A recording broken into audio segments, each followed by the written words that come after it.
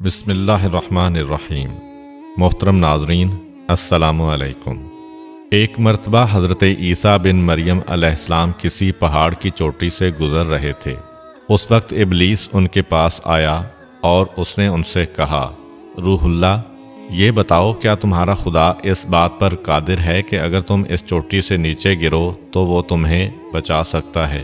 حضرت عیسیٰ علیہ السلام نے کہا، جی ہاں، میرے رب کو یہ قدرت حاصل ہے۔ ابلیس نے کہا، یہ بات حق ہے اور آپ اپنے اس دعویٰ میں سچے ہیں تو آپ اپنے آپ کو اس پہاڑ کی چوٹی سے گرا دیں، میں دیکھتا ہوں کہ آپ کا رب آپ کو مرنے سے کیسے بچاتا ہے۔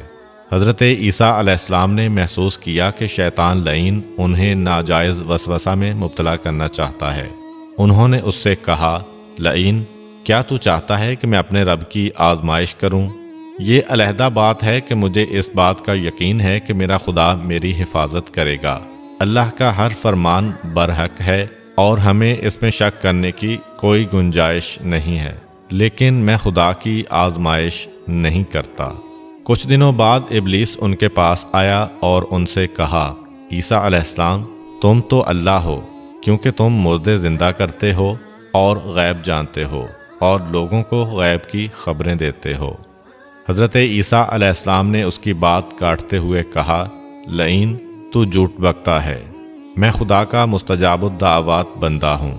اللہ میری دعائیں قبول کرتا ہے اور اسی کے حکم سے مردے زندہ ہوتے ہیں، اور جہاں تک غیب کی باتوں کا تعلق ہے تو خدا مجھے غیب کی اطلاع دیتا ہے، میں لوگوں کو اس کی خبر دیتا ہوں۔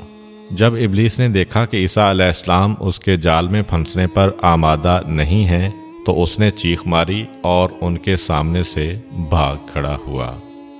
ابو نصر نشاپور کا ایک سلطان ہو گزرا ہے۔ ایک مرتبہ وہ لاؤ لشکر سمیت اپنے دارالحکومت میں داخل ہو رہا تھا کہ ایک مکان سے قاری کی آواز نے اسے چونکا دیا۔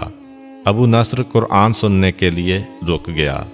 قاری نے دلسوز آواز میں سورہ آل عمران کی آیت نمبر 26 کی تلاوت کی، جس کا ترجمہ یہ ہے، آپ کہہ دیں کہ اے اللہ، تو ہی مالک الملک ہے، تو جسے چاہے سلطنت عطا کرے اور جس سے چاہے سلطنت چھین لے، اور جسے چاہے عزت دے اور جسے چاہے ذلت دے، تمام بھلائی تیرے ہاتھ میں ہے، بے شک تو ہر چیز پر قدرت رکھتا ہے۔ اس آیت مجیدہ نے سلطان کے دل پر گہرا اثر کیا۔ وہ یہ آیت سن کر کانپ اٹھا، گھوڑے سے اترا اور رکوع کیا، پھر سجدہ بجا لایا۔